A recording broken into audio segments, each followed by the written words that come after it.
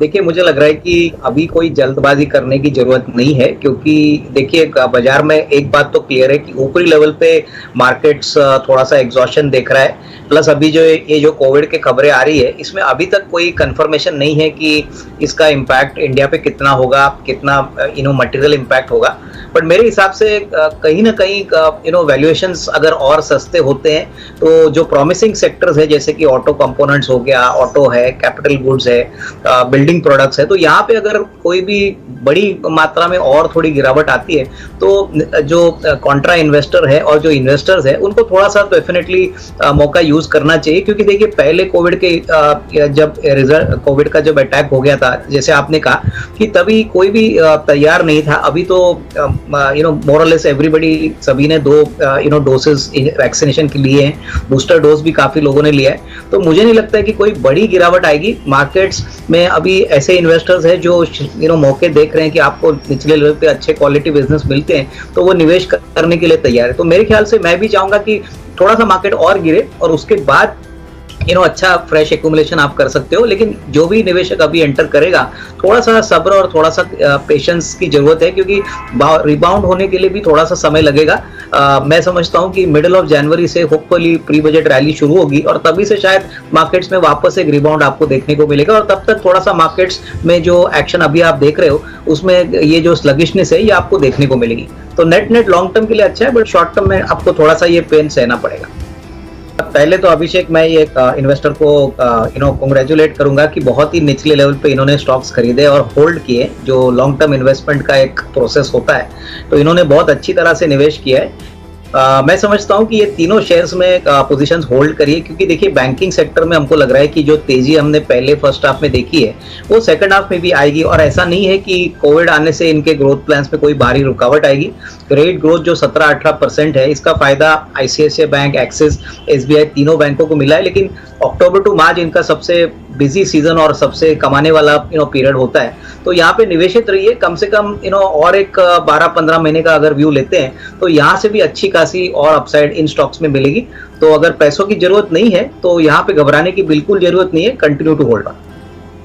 अभिषेक, मुझे लग रहा है कि देखिए एशियन पेंट्स एक ऐसा दिग्गज प्लेयर है जो मीडियम टू लॉन्ग टर्म के लिए काफी वेल्थ क्रिएशन कर चुका है। आगे भी इसमें काफी अच्छा पोटेंशियल है। तो ऐसे स्टॉक्स में 50-100 रुपए के लिए कोई पैनिक करने की जरूरत नहीं है। देखिए क्रूड ऑयल के प्राइसेस कम हो चुके हैं, दूसरे केमिकल प्राइसेस के भाव कम हो चुके हैं, तो इसका फायदा कहीं ना कहीं तीसरे और चौथे तिमाही में कंपनी को जरूर मिलेगा। प्लस जिस प्रकार का ग्रोथ रियल एस्टेट सेक्टर में हमको दिख रहा है, ऑटो सेक्टर में दिख रहा है, तो कहीं ना कहीं वॉल्यूम ग्रोथ हमको लग रहा है कि सेकंड हाफ में पहले फर्स्ट हाफ के मुकाबले में काफी अच्छा आना चाहिए। तो यहाँ पे अगर इनका नजरिया कम से कम साल 1.5 साल है, और जो होना चाहिए ऐसे बड़े दिग्गज शेयर में, तो अच्छी खासी इनको रिस्क रिवॉर्ड मिल सकती है। तो मेरे ख्याल से कंटिन्यू टू होल्ड, और यहाँ पे कोई भी पैनिक की जरूरत नहीं है। कंपनी काफी वेल एस्टेब्लिश्ड है, तो यहाँ पे होल्ड करने की राय रहेगी। बिल्कुल। इनफैक्ट अभिषेक, देखिए फार्मा शेयर्स में अभी हाल ही में थोड़ी सी एक अपटिक देखने को मिली है। कोविड आने के बाद हमने देखा है कि एपीआई वाली कंपनियां, डायग्नोस्टिक कंपनीज, जो फॉर्मुलेशंस की कंपनी है, वहां पे एक अच्छा तेजी का माहौल बना है। लेकिन सन फार्मा की अगर हम बात करें तो इनका जो मेन फोकस है वो अभी स्पेशलिटी सेगमेंट पे, और हालांकि हलोल फैसिलिटी पे उनको कोई ऑब्जर्वेशंस मिले थे। हमको नहीं लग रहा है इससे कोई बड़ी नेगेटिविटी इनके अर्निंग्स के ऊपर आएगी। तो नजरिया अगर कम से कम 6 to 12 मंथ्स का है, तो यहाँ पे होल्ड करिए। मुझे लग रहा है कि कंपनी तीसरे तिमाही के नंबर्स और FY23 का परफॉर्मेंस काफी अच्छी दिखाने की कैपेसिटी रखती है, तो यहाँ पे होल्ड करने की राय रहेगी। अभिषेक, मुझे लग रहा है कि देखिए इन्होंने जो शेयर खरीदा है निप्पॉन लाइफ एएमसी, डेफिनेटली काफी अच्छा विकल्प है एएमसी स्पेस में। पुराना नाम इसका रिलायंस एसेट मैनेजमेंट कंपनी हुआ करता था। मुझे लग रहा है कि अगर नजरिया 10 साल 1.5 साल का है, तो देखिए एसेट मैनेजमेंट कंपनीज बहुत ही प्रॉफिटेबल होती है। इनकी आरओई भी कम से कम 20-25% होती है, और इनका एसेट लाइट मॉडल होता है। मोस्ट इंपॉर्टेंटली जिस प्रकार के एसआईपी के फ्लोज आ रहे हैं, जिस प्रकार का कैपिटल मार्केट में म्यूचुअल फंड का एक्सपोजर है, हमको लग रहा है कि आने वाले 1-2 सालों में म्यूचुअल फंड का बिजनेस डेफिनेटली अच्छी खासी ग्रोथ दिखाएगा। और सबसे बड़ी बात, इनका डिस्ट्रीब्यूशन नेटवर्क काफी बड़ा है, क्योंकि देखिए कोई भी एएमसी को पैसा बनाने के लिए डिस्ट्रीब्यूशन नेटवर्क अच्छा होना बहुत जरूरी है। तो मेरे ख्याल से इनको थोड़ा सा समय यहाँ पे देना जरूरी है। शॉर्ट टर्म में हो सकता है थोड़ी वोलेटिलिटी स्टॉक में आपको देखने को मिले, लेकिन ये वेल एस्टेब्लिश्ड एएमसी है, पुरानी एएमसी, अच्छे फंड मैनेजर की टीम है, तो यहाँ पे निवेशित रहिए। लेकिन टाइम फ्रेम कम से कम 12 से 15 महीने रखिए। अभिषेक, मुझे लग रहा है कि देखिए इन्होंने थोड़ी सी ऊपरी लेवल पे ये स्टॉक खरीदा है। मुझे लग रहा है कि अभी करंट मार्केट सेंटिमेंट खराब होने के कारण हम देख रहे हैं कि यहाँ पे भी बिकवाली देखने को मिली है। लेकिन अगर डिफेंस स्टॉक्स में इन्होंने पैसा लगाया है तो मेरे ख्याल से देखिए जो भी डिफेंस बिजनेस में आप निवेश करते हो आपको कम से कम 1-1.5 साल का टाइम फ्रेम लेना जरूरी है, क्योंकि ये स्टॉक पब्लिक इशू के टाइम से ही काफी अच्छी तरह से तेजी में चला है। तो बिजनेस बहुत अच्छी तरह से चल रहा है, ऑर्डर बुक काफी अच्छी है। इनफैक्ट अभी ये ड्रोन्स के मार्केट में एंटर करने वाले हैं। हमको लग रहा है कि इनका जो प्रोडक्ट है वो बहुत ही टॉप क्वालिटी का है, प्लस डिफेंस मिनिस्ट्री में इनके प्रोडक्ट्स ऑलरेडी अप्रूव्ड है। तो अगर नजरिया मीडियम टू लॉन्ग टर्म है तो ये होल्ड कर सकते हैं, और मेरे ख्याल से होल्ड भी करना चाहिए, क्योंकि ऐसे खराब बाजार में ऐसे क्वालिटी शेयर को पैनिक में बेचना बिल्कुल नहीं चाहिए। थोड़ा सा टाइम फ्रेम लंबा रखिए और मेरे ख्याल से रिस्क रिवॉर्ड आपको तब मिलेगा जब आप इसमें थोड़ा सा लंबा समय निवेशित रहिए। मुझे लग रहा है कि आईएक्स में जो करंट सिनेरियो है थोड़ा सा मॉडरेटली बैकफुट पे गया है, क्योंकि अभी पावर ट्रेडिंग एक्सचेंजेस में 2 और प्लेयर्स आ चुके हैं। लेकिन इसका मतलब ये नहीं है कि आईएक्स बिजनेस कमजोर हो चुका है।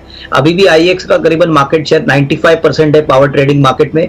इन्होंने जो गैस का एक्सचेंज शुरू किया था, यहाँ से भी होपफुली बिजनेस आने की अच्छी अपेक्षा है। प्लस कार्बन क्रेडिट के लिए भी इनको अभी अप्रूवल मिला। ये कार्बन क्रेडिट का पहला इंडिया का एक्सचेंज एस्टेब्लिश करेंगे। तो लंबी अवधि के लिए मुझे लग रहा है कि ये प्लेटफॉर्म बिजनेस है, इसमें अच्छा पैसा बनेगा। शॉर्ट टर्म में हो सकता है कि थोड़ा सा शेयर ये लोगों को फ्रस्ट्रेट करे, क्योंकि स्टॉक की मूवमेंट काफी नेगेटिव है। लेकिन ओवरऑल अगर साल 1.5 साल का नजरिया कोई लेता है तो मेरे ख्याल से काफी अच्छी अट्रैक्टिव वैल्यूएशंस है। प्लेटफॉर्म बिजनेस का सबसे बड़ा बेनिफिट ये होता है कि जब वो स्केल अप होता है तभी प्रॉफिट्स काफी तेजी से बढ़ते हैं। तो यहाँ पे होल्ड करने की राय रहेगी। यहाँ पे कोई जल्दबाजी में मत बेचिए, लेकिन टाइम फ्रेम थोड़ा लंबा रखिए, तभी मेरे ख्याल से यहाँ पे अच्छा पैसा बनेगा। ठीक है, आईएक्स में भी जल्दबाजी नहीं करने की सलाह है, यहाँ पर भी बने रहने की सलाह दे रहे हैं अविनाश जी। व्हाट्सएप के जरिए सवाल आया है अनीता का, इनके पास न्यूरेका की 10 शेयर 1004 रुपए के भाव पर। न्यूरेका कोविड के दौरान ये कंपनी काफी ज्यादा चर्चा में रही। मेडिकल डिवाइसेस बनाती है, ऑक्सीमीटर बनाती है, ब्लड प्रेशर मॉनिटर बनाती है। तो तमाम मेडिकल डिवाइसेस जो हेल्थ केयर में, सेल्फ केयर में जो काम आते हैं वो ये मैन्युफैक्चर करती है। इनफैक्ट इंपोर्ट करती है चाइना से। लेकिन बहुत अच्छा हमने रनअप देखा था शेयर में। आज भी इसमें एक बढ़िया उछाल है 8-9% के आसपास का। लेकिन न्यूरेका ने 1000 रुपए से भी ऊपर के स्तर देखे और वहां पर तमाम निवेशकों ने ये शेयर लिए हैं और अब ज्यादा गिरावट है। न्यूरेका, आपको लगता है अविनाश जी कि फिर से उस दिशा में जाएगा? और अगर तेजी वाली ये मोमेंटम बरकरार रहती भी है तो क्या आपको लगता है कि 1000 रुपए के भाव हासिल हो पाएंगे? देखिए अभिषेक, आपने सही कहा कि न्यूरेका एक ऐसी कंपनी है जो बेसिकली कोविड का पीरियड में ही उन्होंने बहुत पैसा बनाया। अभी वापस कोविड इतनी तेजी से आएगा पहला वो कहना मुश्किल है, लेकिन जिस प्राइस पे निवेशक ने ये शेयर खरीदा है, बहुत ही ऊपरी लेवल पे ये शेयर खरीदा है, ऑलमोस्ट आधा हो चुका है। तो मेरे ख्याल से ये प्राइस को आने के लिए बहुत दिक्कत रहेगी। एटलीस्ट वेरी नियर टर्म में तो लग तो नहीं रहा है। और अगर कोविड के रिपोर्ट्स आते भी है तो मुझे लग रहा है कि ये रिस्क रिवॉर्ड इनके लिए थोड़ा मुश्किल वाला होगा। तो मेरे ख्याल से ये 10 शेयर होल्ड करते हैं। मेरे ख्याल से कोई भी उछाल अगर मिलता है तो इनको निकल जाना चाहिए, क्योंकि 1000 रुपए का प्राइस एटलीस्ट नियर टर्म में मुझे लग रहा है बहुत डिफिकल्ट है। और ऊपर से ये बिजनेस बहुत इवेंट ड्रिवन है। कोविड अगर मेरे ख्याल से ज्यादा कुछ रिपोर्ट्स जैसे सुझाव कर रहे हैं, अगर ज्यादा तरीके से बढ़ता नहीं है तो वापस ये शेयर में आपको वापस एक नेगेटिव ट्रेंड देखने को मिल सकता है। तो यहाँ से निकल जाना ही ठीक रहेगा, क्योंकि रिस्क रिवॉर्ड अभी इस प्राइस से फेवरेबल नहीं है। देखिए अभी उन्होंने ऑलरेडी पैसा लगाया है अभिषेक, तो मेरे ख्याल से इमीडिएटली तो मैं इनको लॉस बुक करने की बात नहीं करूंगा। लेकिन आईटी कंपनीज में मिड कैप जो कंपनीज है इनके लिए आने वाले 1-2 क्वार्टर्स बहुत चैलेंजिंग रहेंगे, क्योंकि देखिए बड़े कंपनीज में तो उतनी कैपेसिटी होती है कि वो हेडविंड्स को चैलेंजिंग करके उसका सामना करे।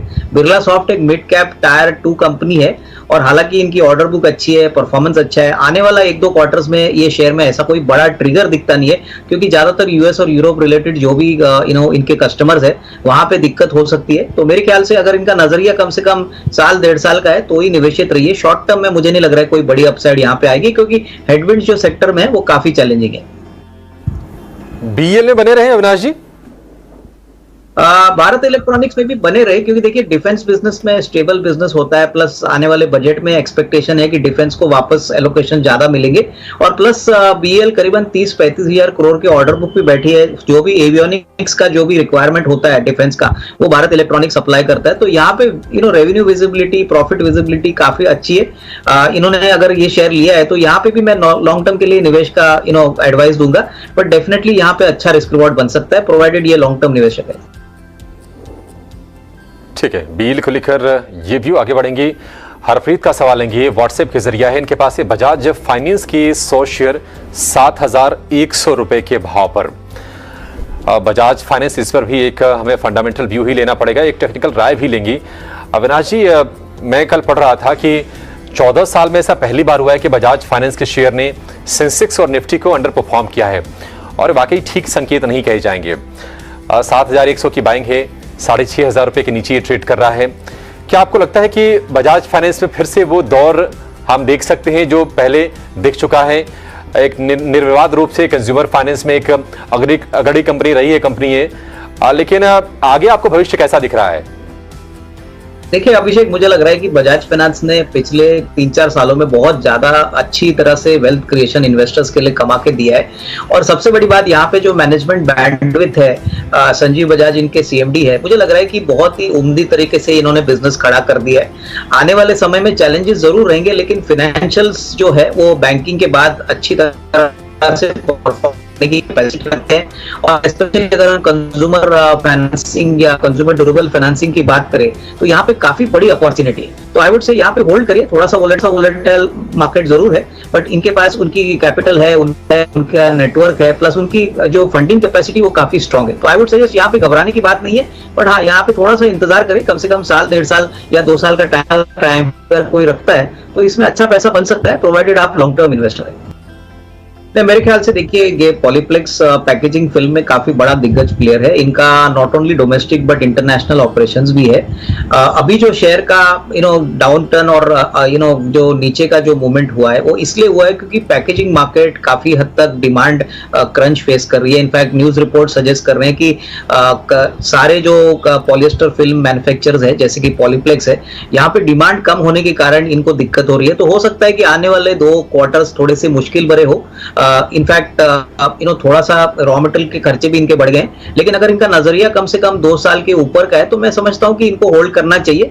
यहाँ पे हमको लग रहा है कि कंपनी काफी वेल पोजीशनड है पैकेजिंग स्पेस में, और कहीं ना कहीं मुझे लग रहा है कि एफएमसीजी का मार्केट अगर सुधरता है तो इनके लिए भी थोड़ी बहुत राहत मिलेगी। बट हाँ, नजरिया कम से कम 1.5-2 साल का रखिए, क्योंकि in the near term margin में थोड़ा प्रेशर आता है तो स्टॉक थोड़ा सा डाउन टर्न दिखाएगा, बट इस लेवल से मुझे नहीं लग रहा है कोई बड़ी डाउनसाइड आएगी। बट हाँ, अगर अच्छा रिस्क रिवॉर्ड चाहिए तो 1.5-2 साल निवेशित रहिए, क्योंकि जब भी कोई भी सेक्टर में डाउनटर्न आती है तभी उसको रिकवर करने में थोड़ा सा समय जरूर लगता है।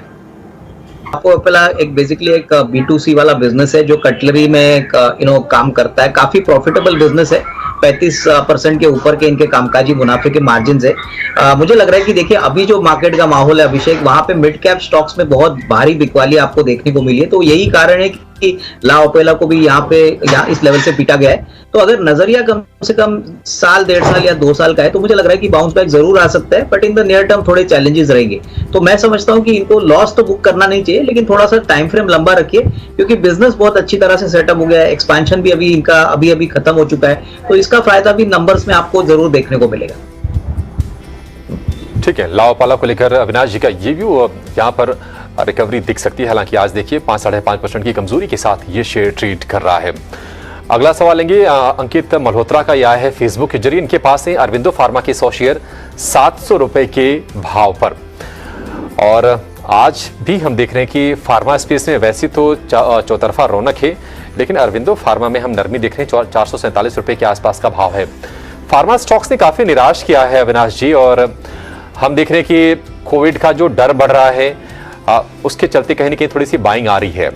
लेकिन ये जो बाइंग है, ये जो पुलबैक है, तो जो पहले के निवेशक हैं, क्या उनके लिए ये निकलने का मौका होगा, या फिर जो मंदी की जो साइकिल थी अब उसके पीछे छूटने के संकेत हैं और यहां से वाकई एक नई तेजी हो सकती है? नहीं, देखिए अगर अरविंदो फार्मा की बात करें अभिषेक, तो सेकंड क्वार्टर इनके लिए बहुत ही खराब था, और मैं समझता हूं कि यही कारण है कि स्टॉक अंडर परफॉर्म कर रहा है। प्लस काफी हद तक यहाँ पे थोड़े कॉर्पोरेट गवर्नेंस इश्यूज भी हो गए थे। इन्होंने काफी अनाउंसमेंट्स कर दिए थे, लेकिन उसके बाद कोई मैनेजमेंट ने उसके ऊपर अमल नहीं किया है, तो इसलिए मार्केट थोड़ा सा इसके ऊपर डिसअपॉइंटेड है। हम समझते हैं कि देखिए अभी जो प्राइस है उसमें मोरलेस सारे नेगेटिव्स कंपनी के स्टॉक में फैक्टर्ड इन है, लेकिन यहाँ पे अगर आपको पैसा बनाना है तो थोड़ा सा टाइम फ्रेम लंबा रखिए, क्योंकि इनका ज्यादातर मार्केट यूएस है। यूएस में होपफुली अगर ये रैंप अप अपना ऑपरेशन सेकंड हाफ में करते हैं तो आपको अच्छा खासा बाउंस बैक दिख सकता है। तो इस लेवल से मुझे लग रहा है कि डाउनसाइड लिमिटेड है, लेकिन अपसाइड डिपेंड करेगा कि अपने आने वाले 6 से 8 महीने में परफॉर्मेंस कैसे दिखाएंगे। अभी तक तो लग तो नहीं रहा है कि कोई बड़ी अपसाइड आएगी, तो जिनके पास है वो होल्ड करे, बट फ्रेश निवेश बिल्कुल ना करें। शेयर है 222 शेयर्स हैं इनके पास और जो भाव है 145 का, और ये जो भाव है ये 52 हफ्ते के ऊपरी स्तरों के आसपास इन्होंने शेयर खरीदे हैं। 90 रुपए के नीचे का ये शेयर था। और इस साल हमने देखा है कि रेलवे में कोई भी शेयर हो, IRFC, RV अनिल या फिर रेलटेल ही आप देख लीजिए, उतना नहीं चला है, लेकिन फिर भी अच्छी तेजी इसमें दिखी है। अब थोड़ा सा प्रेशर आ रहा है ऊपर इस स्तर से। अविनाश जी, रेलटेल क्या लगता है कि संभलेगा, फिर से चलेगा, या फिर अब थोड़े से दायरे में चला जाएगा ये? नहीं, देखिए मुझे लग रहा है कि रेलटेल बेसिकली रेल इंफ्रास्ट्रक्चर का काफी बड़ा प्लेयर है, और ऑनलाइन जो वाईफाई का स्पेस है वहां पे रेलवेज को काफी बड़ी मात्रा में ये अपना सर्विस प्रोवाइड करते हैं। ऑर्डर बुक भी काफी अच्छी है, लेकिन अभी जिस प्रकार का माहौल है मेरे ख्याल से काफी इन्वेस्टर्स ट्रेडर्स मुनाफा वसूली कर रहे हैं, क्योंकि माहौल काफी वोलेटाइल है। लेकिन बिजनेस कंपनी के फंडामेंटल्स का काफी स्ट्रांग है, और मैनेजमेंट भी काफी होपफुल है कि आने वाला साल दैट इज FY 23-24 इनके लिए काफी अच्छा रहेगा। प्लस रेलवे बजट में अगर होपफुली कोई बड़ा कैपेक्स अनाउंसमेंट्स आते हैं तो इसका फायदा भी कंपनी को मिलेगा। तो मेरे ख्याल से देखिए अभी अगर कोई इन्वेस्टर इसमें निवेशित है तो थोड़ा सा पेशेंस रखिए, क्योंकि ऐसे शेयर्स में जब पैनिक आता है तभी शेयर्स गिर जाते हैं, लेकिन फंडामेंटल्स अगर ठीक ठाक है तो अगले साल 1.5 साल में आपको अच्छा रिस्क रिवॉर्ड बन सकता है। तो शॉर्ट टर्म में डेफिनेटली थोड़ा सा वीकनेस रहेगा, बट लॉन्गर टर्म में मुझे लग रहा है कि इसमें अच्छी खासी कमाई होगी।